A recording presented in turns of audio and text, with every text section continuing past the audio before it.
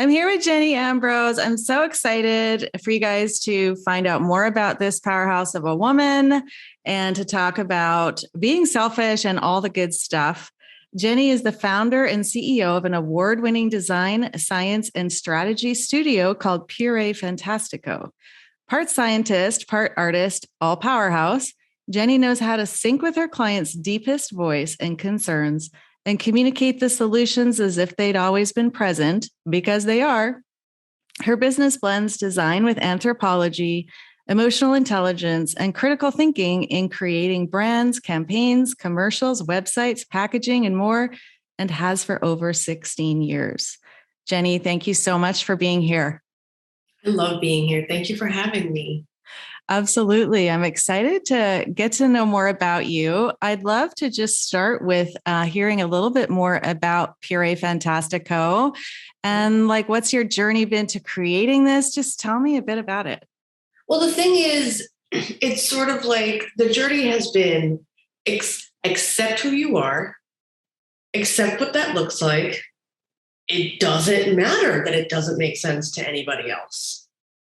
And so calling my business Puree Fantastico makes the most sense when that is what the journey is, because it's two languages I don't speak fluently. Okay. French and Spanish. But when I was in a space of how can I explain all of the things that I naturally can do, because it's not that, oh, I have to be the best at everything and I have to, no. Mm-hmm. It's that, oh, I can do that. And then I'm doing it before I even know what the thing is. The other person's happy. So what do I call that? Mm. My brain goes, Puree Fantastico. I'm like, that's not a thing. So I looked it up. It wasn't a thing. I bought the domain and that's that. So how I got there, I've been drawing since I was 16 months old. Right. Wriggling out of my crib before anybody woke up, put on Mickey Mouse ears, sat down at my Sesame Street table and drew. Mm-hmm. At 6, I won a statewide art competition. At 6? At 6. Come on. And I remember waiting in line for the teacher to put glitter in the places where you're like, I want glitter here, I want glitter here. And thinking, oh, I'm not going to win. Candace Kenmure's dad is an artist. And I won. I won. Yeah. So art has always been in my life, but so is writing. I won a statewide poetry competition in 4th grade about Hitler. Right. Mean, bad, evil Hitler. I want to read that poem.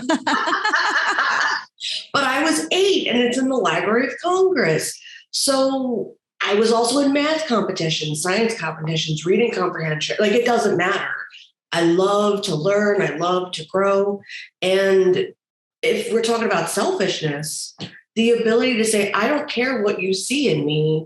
I'm going to do what makes me happy, because everybody has been like, oh, you need to do X, Y, Z. Mm-hmm. Oh, you're really a designer. Oh, you're really an illustrator. It's like, yes, and. Yes, and.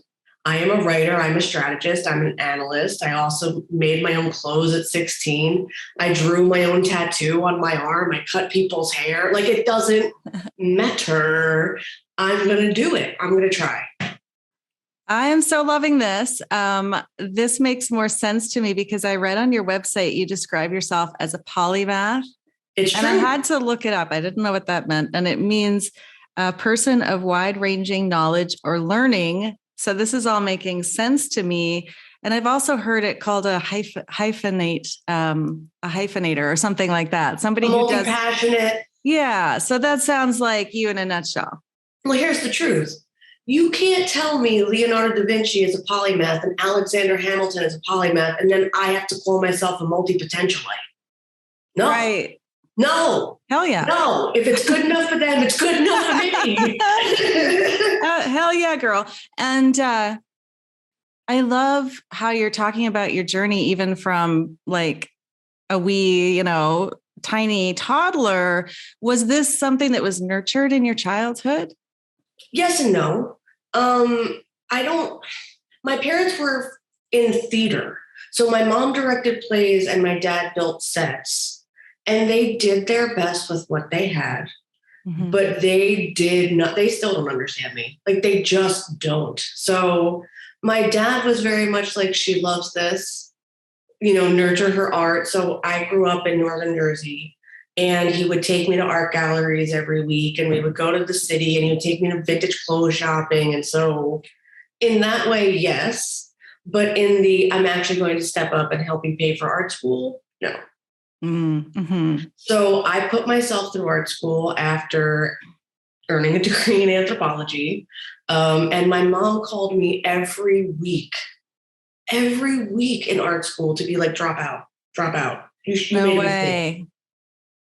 Why would I show up on a podcast and lie? That's painful. And I'd be like, fuck you, no. Was she scared that you were doing something that wouldn't get you a career? Well, that's why she had me switch to graphic design. I was going to go into fine arts.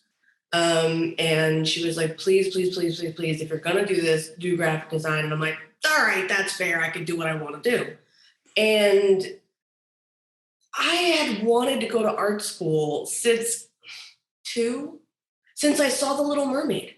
I saw The Little Mermaid and was like, oh my God, Disney makes the most beautiful things. I also want to make the most beautiful things. And then at the same time, work at the UN, learn every language there was to learn to help people talk through their problems because war is stupid. This is who I am.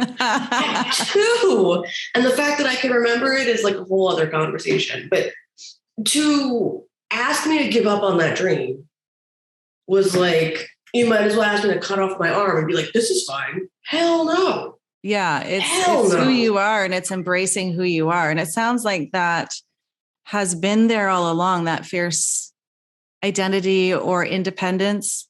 Yes, I very much. I do it by myself. I don't need you. I'm going to do it my way. I don't care if you like me.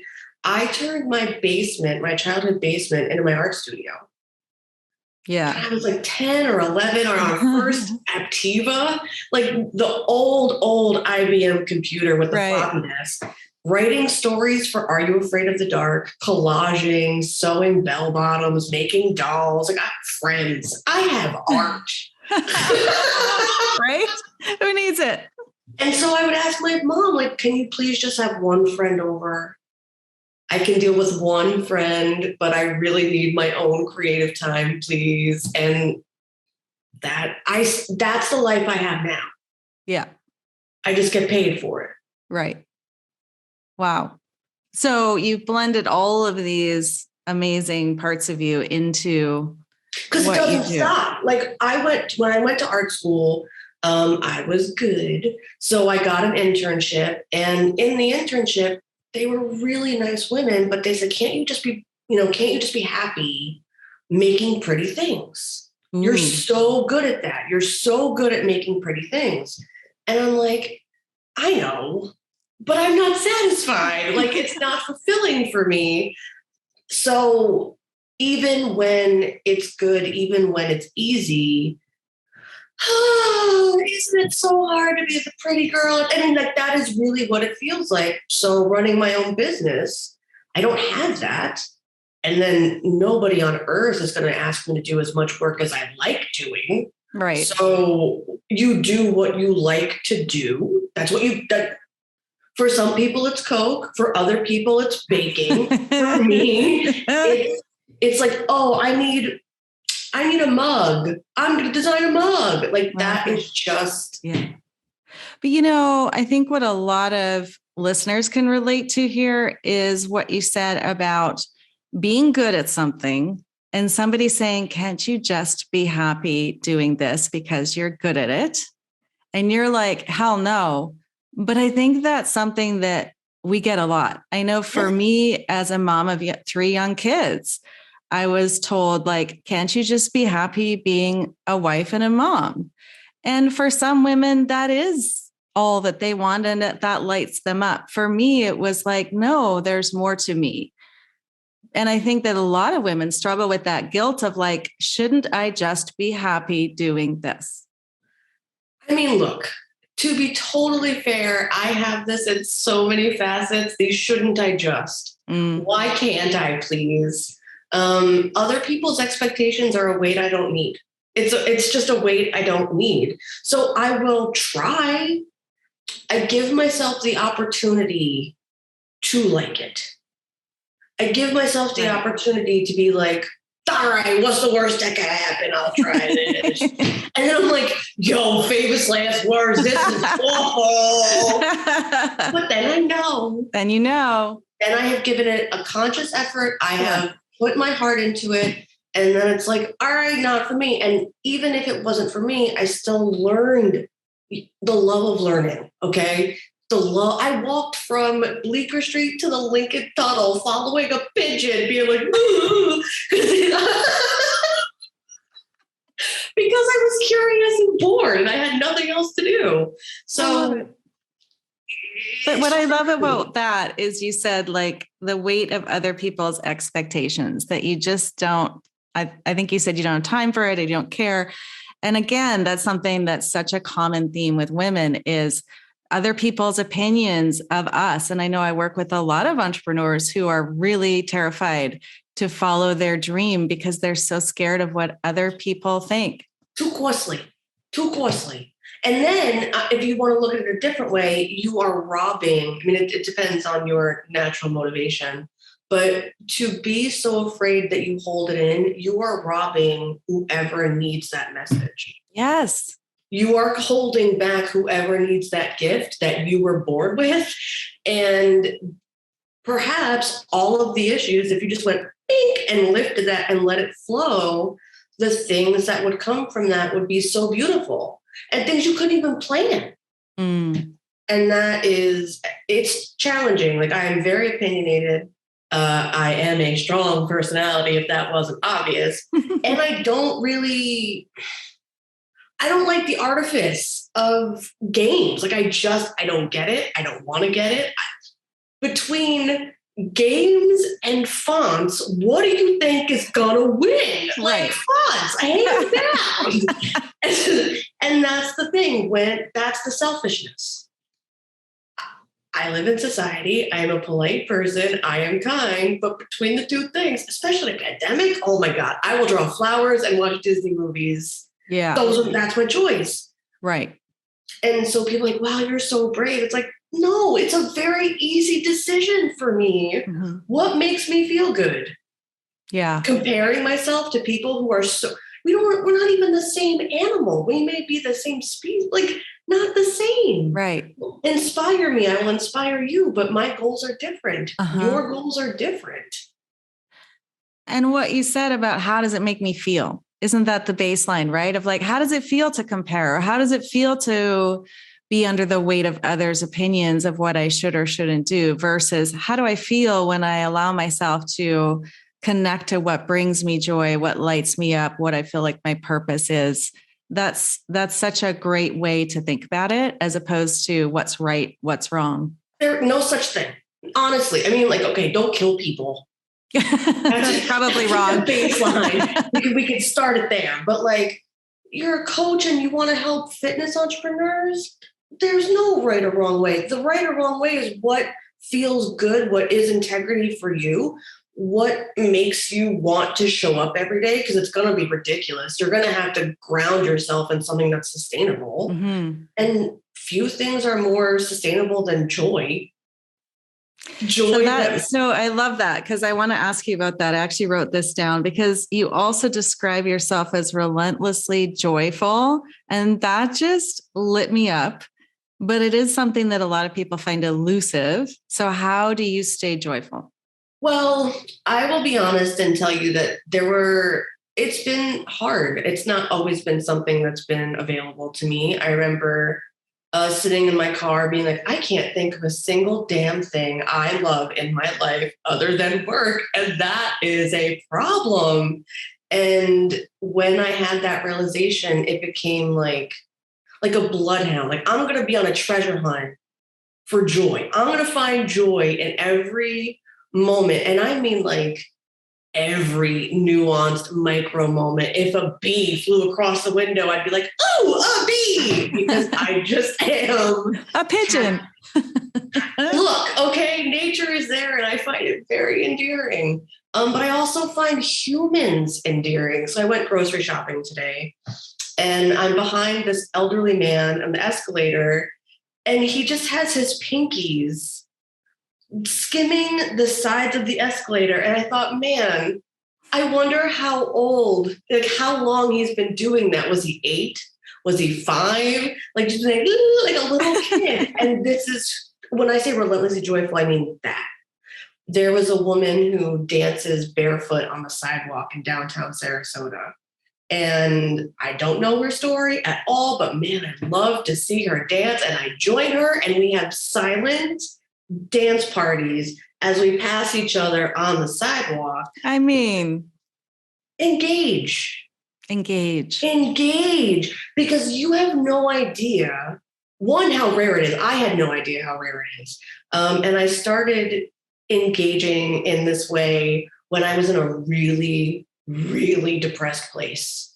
Okay. Like, I just need you to know. And I'm like, you know what? I'm going to genuinely find things to compliment. I'm going to genuinely seek out things that are good.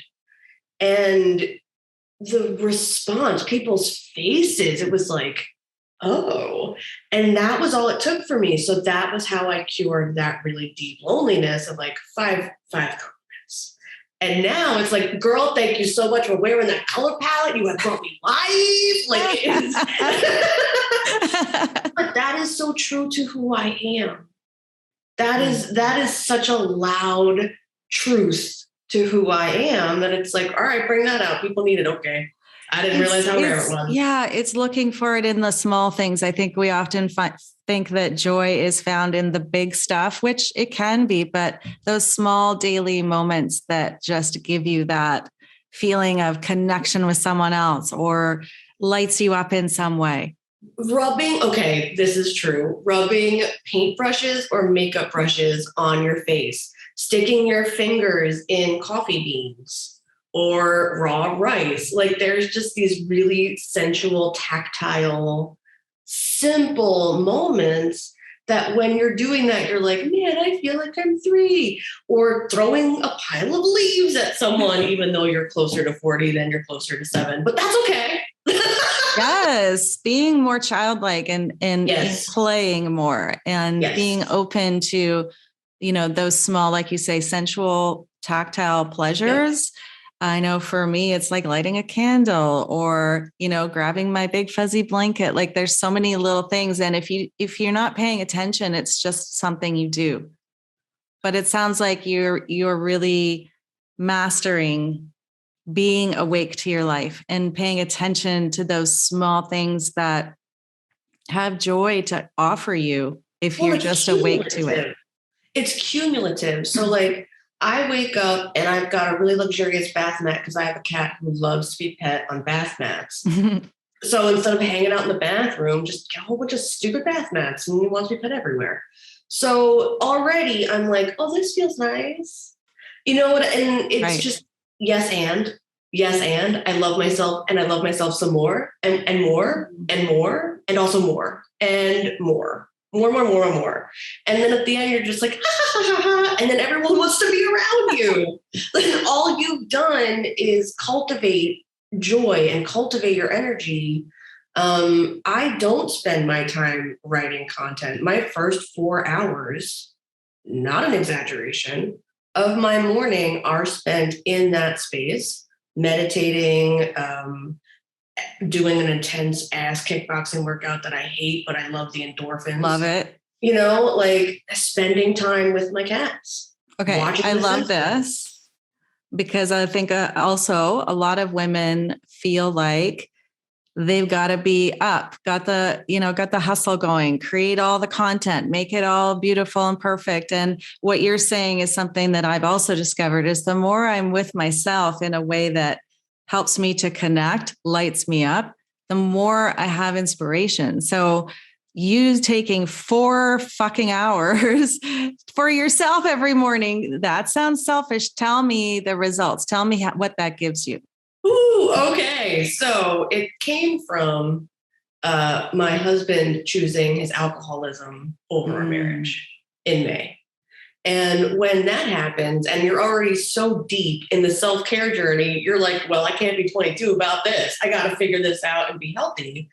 Clean eating, exercising, meditating. Right there. And then it was, well, I don't feel like doing shit. So then it was, what can you at least try and do?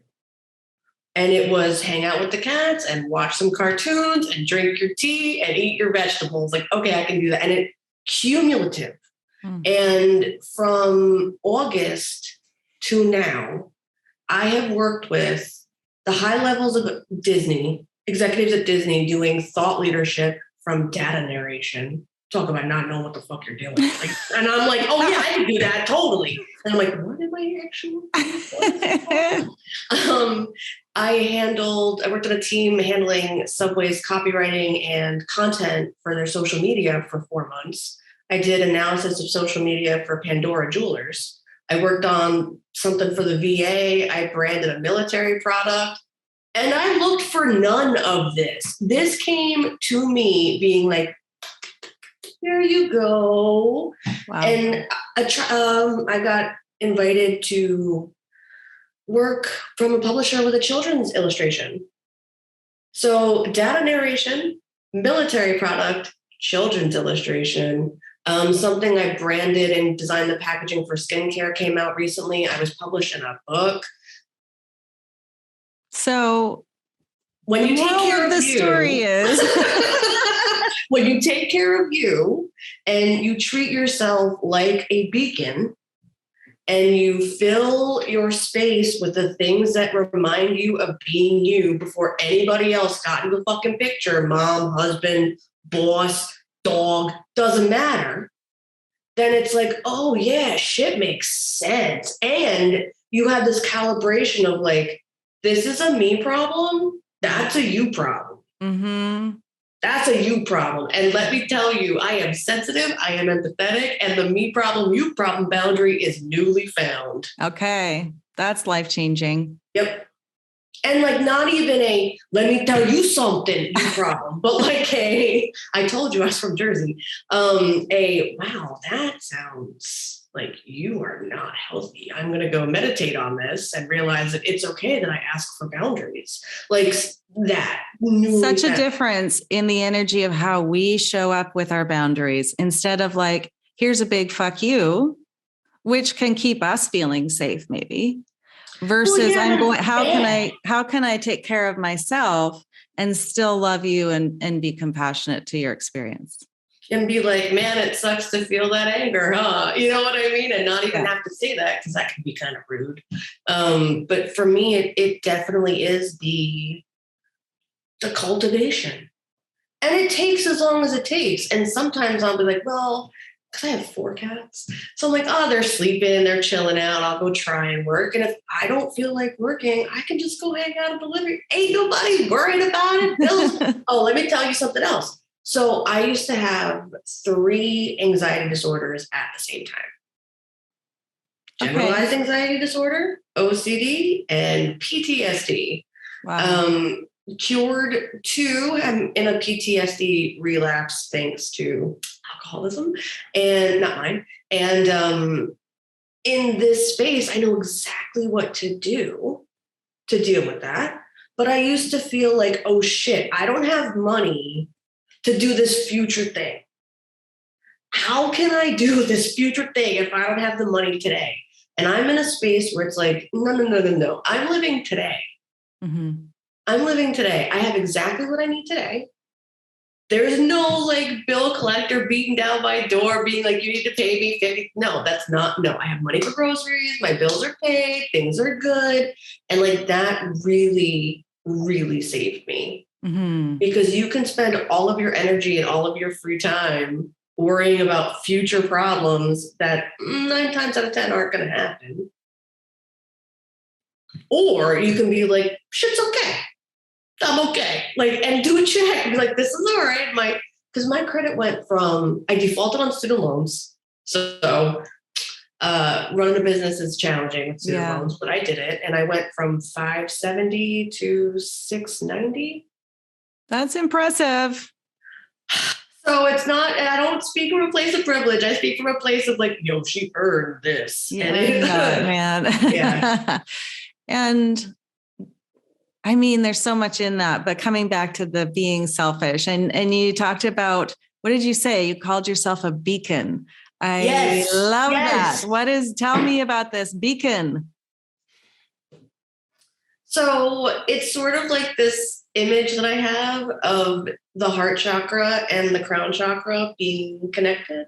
Mm-hmm. And once you can tap into your own joy, whatever that looks like, you create such a strong pull for people who resonate with that. That beacon is the only way to describe that.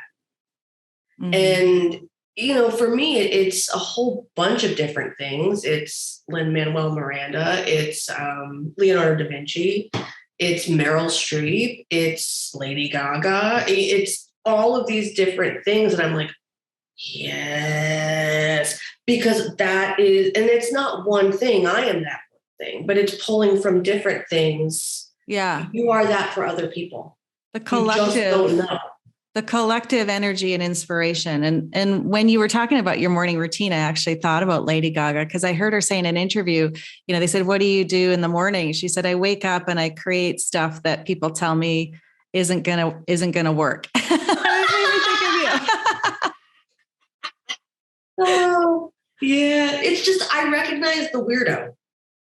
Yeah. Is what it is, and not in any negative connotation, just they are their own entity fully.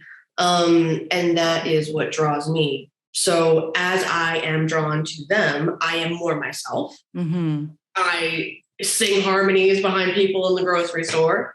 And that validates and attracts others looking to be more courageous, looking to be, have the strength to sing harmonies in the grocery store or whatever. But I did not realize that me being me was going to attract others looking to be them. Ah, yeah, sure. So that is what I'm saying, the beacon. And we don't realize it because if you are like, I'm not emailing Lady Gaga being like, oh my God, Stephanie Germanotta, you are my favorite. Like, I will when we are friends, but not now. And so she is large enough to where she can assume that happens and she gets validation that happens. Sure. But as we are growing, we have to be our own validation in that happening.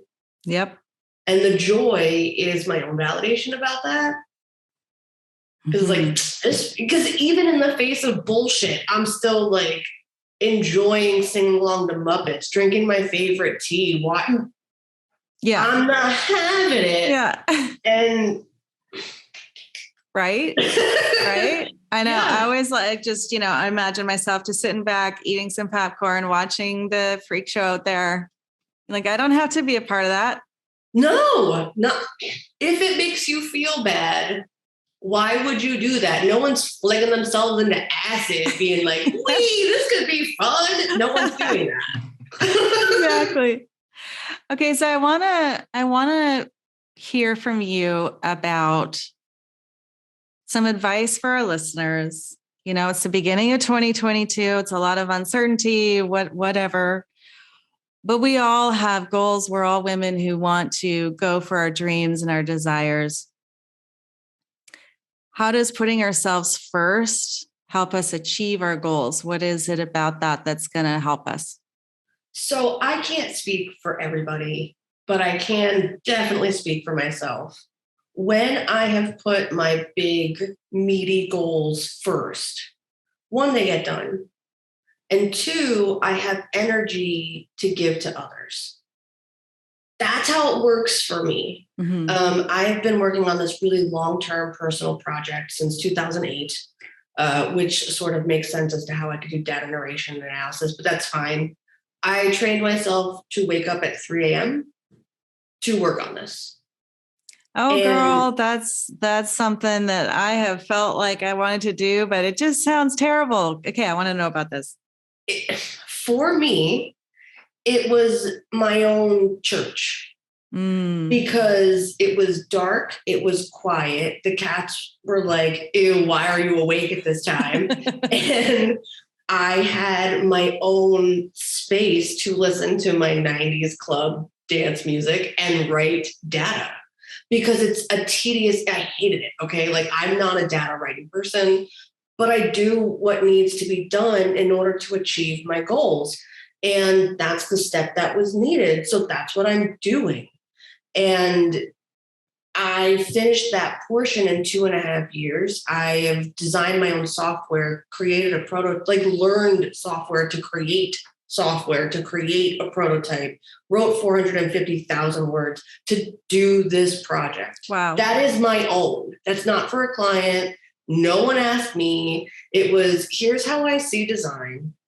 I am challenged that all you see is pretty things when it's intentional, smart things. No one's getting it. And instead of being bitter about that, I'm going to be like, fuck you. I'm going to fucking show you. And so that was the motivator. And listening to Hamilton and Lin-Manuel Miranda, he had his own moment and it took him 5 years. Mm-hmm. So 5 years isn't like this. 5 years is day after day after day after day. So if you're going to hit your goals, you need to be nice to yourself. 2, you have to realize that it's going to take as long as it takes, and that's not on you, and you're not a failure, and it doesn't matter, because if you're doing it and thinking about it is part of doing it, mm-hmm. trying is part of doing it, you will achieve it. Mm-hmm. And as you work towards it, there's going to be flowers that grow just from doing the work that you will not be able. I didn't think I'd be doing data analysis, working on this. I didn't. I really didn't. Sure. And it's one of those things that whatever the goal is, look, let's say you want to lose 50 pounds. I have lost 50 pounds. You're not going to lose 50 pounds in 2 months. You're going to lose 50 pounds however long it takes. And you're not going to be able to be like, I'm going to work out 6 hours. No, you can't. Yeah. So then you do day by day and you realize you didn't gain 50 pounds overnight. So you're not going to lose 50. And you just have to change the way you treat yourself. Do it day by day. But then you'll have motivation. Mm-hmm. You'll find yourself being more positive. You'll find yourself being more patient. These are the sprouts to things that come with the work behind losing 50 pounds. So good. And what that brings up for me is, I think a lot of people think, oh, being selfish means just like, I'm just all about me and I'm going to be at the spa every day and whatever. But what you're saying is like, actually being selfish means sometimes we're getting up at 3 a.m. doing things that are hard because you believe in it, because you're putting your goals first, you're making yourself a priority. That's not always like tripping through the daisies. Sometimes it's really hard work, but you're doing it because you believe in it and you believe in yourself. Yep. And it is self-dedication. I look at goal setting as self-dedication because it doesn't matter what you want to do. What matters is you want to do it. Yes, exactly. That's it. That is literally it. The only thing you have to do are like eat, drink, water, sleep, poop. Like that's what you have to do. Everything else is a choice. And if the choice is the joyful, the choice is like, I feel like, or I could, or I might want to, please, God, if anything, if any advice, life is too short. We're all freaked out. We're all tired. We're all overworked. Like if something is bringing you joy, like crochet or baking sourdough starters, please. Go for it. Please. The world needs it. The world needs it. Go for it. I think that would make a great t-shirt. Eat, drink, water, sleep, poop. The factors. I mean, like, that's what it means to be an organism. Yes. Everything else is a choice.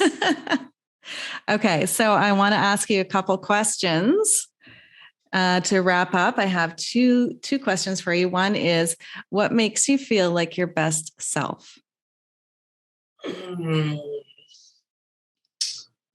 Best self is so relative. So I'm going to go with favorite self. Favorite self is creating. Creating or being in a creative space with someone else. Because it's so joyful and exciting and connected and freeing, and you lose the physical sensation of the body, and you're just like, and that is just the best. In the flow state, is that what you would call it? Yeah. Have you seen the Pixar film Soul? Yes. When they depicted flow state, I was like, they got it so good. They got it so good. Yes. And that is my favorite space. Mm-hmm. Love it.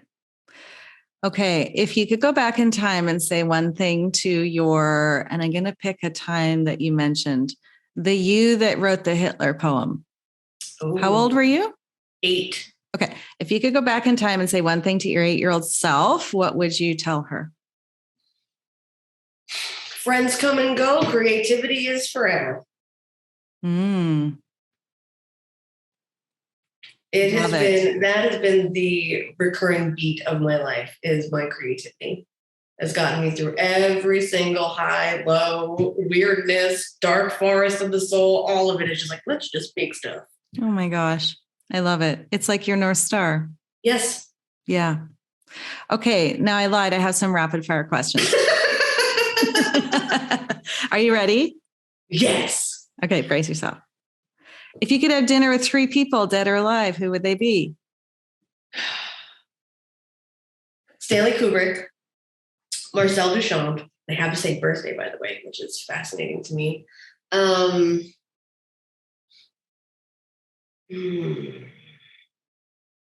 Elizabeth I. Oh, unexpected. Okay, welcome I like to it. Jenny. Oh, yeah. That would be an interesting conversation around that table. And what would the meal be? What's your favorite meal? Oh, that's impossible. My favorite meal is pizza. But I would not be serving those 3 people pizza. Well, why not? That's true. Yeah, we would be doing margarita pizza. They'd be like, what the hell is this? And you'd be like, I know. Well, the new delicious we thing. wouldn't feel that way. But yeah, the other 2 would be like, when my great grandmother tried pizza for the first time, she put it right up her nose. Because that's how you eat it. Hey, look, I come from interesting stuff. All right. If you had to get a tattoo right now, what would it be? A butterfly, which I know is cliche, but I don't give a shit. They're so pretty. They are. Yep. Gotta love butterflies. I wear them in my hair sometimes. Craft clips. Yeah. Nice. All right. Last one. What is one way you're being selfish these days? Boundaries. 1 time is a misunderstanding. 2 times, you gotta fucking go. What? We are done. Because I'm very like, oh, maybe this and all. Nope. I said what I said. I feel how I feel, and I am done. I mean, that's a power. That's a superpower. It is a muscle, just like every other muscle. Totally. It is. I do this a lot. I honestly do this, but it is. I had a falling out with a friend a couple weeks ago over me requesting him not sending me pictures of his niece, baby niece. And I am sensitive about that. I just got divorced not even a month ago. And he told me I was being cunty for asking that, even though it was a second reiteration of me being like, can we not? Right. I mean, I'll hear about her. I'm not like, don't talk about her, but like baby pictures when I don't have my family, it's fine. So it cut me off. And I'm over here crying, being like, it's okay to ask. It's okay. I didn't do anything wrong. I did not do anything wrong. I am allowed to ask for this. His response is his response, crying. So as strong as you see, there is that like, it's okay. It's okay. It's okay. It's okay. This is fine. This is okay. This is okay. This is okay. And just like obsessively reiterating how okay it is because it's new. Yeah. It's new and I'm vulnerable and it has to be reiterated. Yeah.